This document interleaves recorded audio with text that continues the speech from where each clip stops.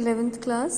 कल मैंने आपको सदिशों के योग का त्रिभुज का नियम बताया था, जिस नियम के अकॉर्डिंग कि दो सदिश अगर ऐसे हों जैसे त्रिभुज की दो क्रमागत भुजाएं, तो उनका जो रिजल्टेंट परिणामी होता है वो किसके बराबर होता है? त्रिभुज की तीसरी भुजा के बराबर, और उसकी जो दिशा होती है वो विपरीत क्रम में होती है। अब नेक्स्ट है सदिशों के योग का समांतर चतुर्भुज का नियम। तो पहले एक बार ये नियम आप देखिए। सदिशों के योग के समांतर चतुर्भुज नियम के अनुसार यदि समांतर चतुर्भुज की दो आसन्न भुजाओं द्वारा, वहाँ पर था दो क्रमागत भुजाएं, मतलब एक के बाद दूसरी, यहाँ है आसन्न भुजाएं। आसन्न भुजाएं जो एक साथ लगती हुई भुजाएं हैं, जैसे कि ये और ये, ठीक है। और वहाँ पर क्या था कि एक खत्म हुई और फिर दूसरी शुरू हुई, ये एक खत्म और ये दूसरी शुरू। तो यहाँ पर तो लगता है त्रिभुज का नियम। और ये कौन सा है? चतुर्भुज का नियम, कि एक ही पॉइंट से ये और एक ही पॉइंट से ये, तो इनको बोलते हैं आसन्न भुजाएं। तो अगर यदि समांतर चतुर्भुज की दो आसन्न भुजाओं द्वारा दो सदिशों के परिमाण और दिशा को निरूपित किया जाता है, तो उन सदिशों का जो परिणामी होता है, रिजल्टेंट होता है, वो किसके बराबर होता है? दिशा और परिमाण में उसी समांतर चतुर्भुज के विकर्ण द्वारा निरूपित होता है, जो कि उन दोनों सदिशों के प्रतिच्छेद बिंदु से गुजरता है। अब अगर दो सदिश हमारे पास ऐसे हैं जैसे समांतर चतुर्भुज की आसन्न भुजाएं, तो अब अगर हमसे एक समांतर चतुर्भुज की फॉर्म में क्रिएट कर लें, इस तरीके से भुजाओं को आगे करके समांतर चतुर्भुज बनाया। समांतर चतुर्भुज का मतलब कि इसके समांतर ये वाली रेखा खींचती, इसके समांतर ये वाली रेखा खींचती, तो जो रिजल्टेंट होता है वो किसके बराबर होता है? इसके बराबर। जो समांतर चतुर्भुज का विकर्ण है, विकर्ण ये होता है और कहाँ से जाता है? दोनों सदिशों के प्रतिच्छेद बिंदु से होकर जाता है। तो ये सदिशों के योग का समांतर चतुर्भुज का नियम है। आगे आपको समझ में, जैसे ये देखिए डायग्राम, एक सदिश राशि ये, एक सदिश राशि ये, OA और OC, तो ये किस तरीके से रिप्रेजेंट हो रही हैं? जैसे समांतर चतुर्भुज की दो आसन्न भुजाएं। तो इनका जो रिजल्टेंट होगा वो किसके बराबर होगा? रिजल्टेंट बराबर होगा समांतर चतुर्भुज के विकर्ण से, ठीक है। तो आपको सिर्फ ये नियम ही करना है। बाकी जैसे कल मैंने आपको बताया था, हमने R का मान निकालना था, थीटा का मान निकाला था, तो यहाँ पर भी R का और जो थीटा का मान आएगा वो इसी तरीके से जैसे कल किया था, त्रिभुज बनाया था, त्रिभुज की भुजा को आगे बढ़ा के एक लंब खींचा था। सेम वही प्रोसेस है कि चतुर्भुज बनाया, चतुर्भुज की ये वाली OA वाली भुजा को आगे बढ़ाया, यहाँ से लंब खींचा, तो यहाँ से जो R निकालेंगे, रिजल्टेंट जो निकलेगा वो किस तरीके से निकलेगा? √p² + q² + 2pq cos theta. Same वही मेथड है, ठीक है। ये आपको अपने नोट्स में करना है। और इसी तरीके से जो दिशा थी tan phi, वो कैसे निकलेगी? q sin theta upon p + q cos theta.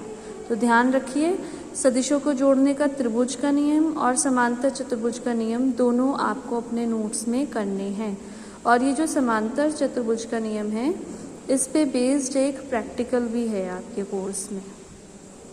Next है दो से अधिक सदिशों को जोड़ने की बहुभुज विधि।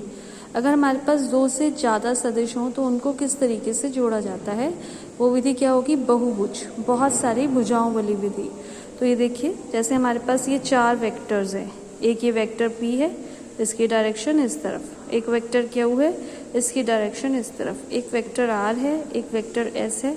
तो ये हमारे पास चार वेक्टर्स हैं, इनको जोड़ने का मेथड देखिए। सबसे पहले हम दो वेक्टर्स ले लेंगे, वेक्टर P और वेक्टर Q, और किस तरीके से जोड़ा जाता है कि एक जहाँ ख़त्म हुआ दूसरे को वहीं पर शुरू कर दिया। और ये देखिए, एक ये वेक्टर OA, ये वेक्टर P हो गया, ये वेक्टर Q हो गया, ये दोनों जहाँ ख़त्म हुए ये कौन सा बन गया? P + Q, ठीक है। अब हमें इसमें जोड़ना है r। अब r किस में जुड़ेगा, इनमें नहीं जुड़ेगा, इन दोनों का जो रिजल्टेंट आया p प्लस क्यू उसमें जुड़ गया r। तो ये p प्लस क्यू इस डायरेक्शन में, ये r इस डायरेक्शन में, तो यहाँ से जो है ये क्या हो गया p plus Q plus r, ये जुड़ गया। अब हमें जोड़ना है ये s इनमें नहीं जुड़ेगा, s किस में जुड़ेगा, p plus Q plus r में, क्या जुड़ गया s, ये p plus Q plus r, ये s, और इनको जोड़ के ये p plus Q plus r plus s। तो ये सदिशों को जोड़ने की बहुभुज की विधि होती है। अब ज़रूरी नहीं है कि p क्यू r s जो है जिस इस तरीके से हमें दिए हुए हैं तो हमें ऐसे ही जोड़ना है कि पहले p में क्यू को r में, इस तरीके से ज़रूर जो जोड़ना है वो कंपलसरी नहीं है। इसको हम देखिए यहाँ पर एक डिफरेंट मेथड दिखाया हुआ है। ये p जहाँ ख़त्म हुआ उसके बाद r, p में r को जोड़ दिया, ठीक है। r जहाँ ख़त्म हुआ उसमें किसको जोड़ दिया, o को, और इसके बाद जो है क्या जोड़ दिया, यहाँ पर जोड़ दिया, सॉरी p के बाद r के बाद ये s, और s में जोड़ दिया q। तो इनका जो रिजल्टेंट आएगा, रिजल्टेंट क्या होता है, प्रारंभिक बिंदु से लेकर अंतिम बिंदु तक। तो यहाँ से लेकर यहाँ तक, O से लेकर D1 तक जो है ये इनका रिजल्टेंट आ गया। आप जरा ध्यान से देखिए, ये यहाँ पर और ये यहाँ पर, जब इन दोनों को मेजर किया जाएगा तो दोनों को मेजर करने पर जो रिज़ल्ट आएगा वो सेम ही आएगा, जो लेंथ आएगी वो सेम ही आएगी। तो इसका मतलब कि हम अगर दो से ज़्यादा सदिश हैं तो उनको हम दोनों मेथड से जोड़ सकते हैं। अब सदिश योग के गुणधर्म, क्या क्या प्रॉपर्टीज़ को है जो योग है वो फॉलो करता है। सबसे पहला, सदिशों का योग क्रम विनिमय नियम का पालन करता है। क्रम विनिमय नियम का मतलब ये होता है कि अगर हम ऑर्डर को चेंज कर दें, जैसे 2 + 3 हम कर रहे हैं तो 2 + 3 किसके बराबर होता है, 5 के। अगर हम ऑर्डर चेंज कर दें, 2 + 3 की जगह 3 + 2 कर दें, तब भी क्या आएगा, 5 ही आएगा। तो इसका मतलब जो योग होता है वो क्रम विनिमय नियम का पालन करता है। p + q = q + p। Next है, सदिशों का योग साहचर्य नियम का भी पालन करता है।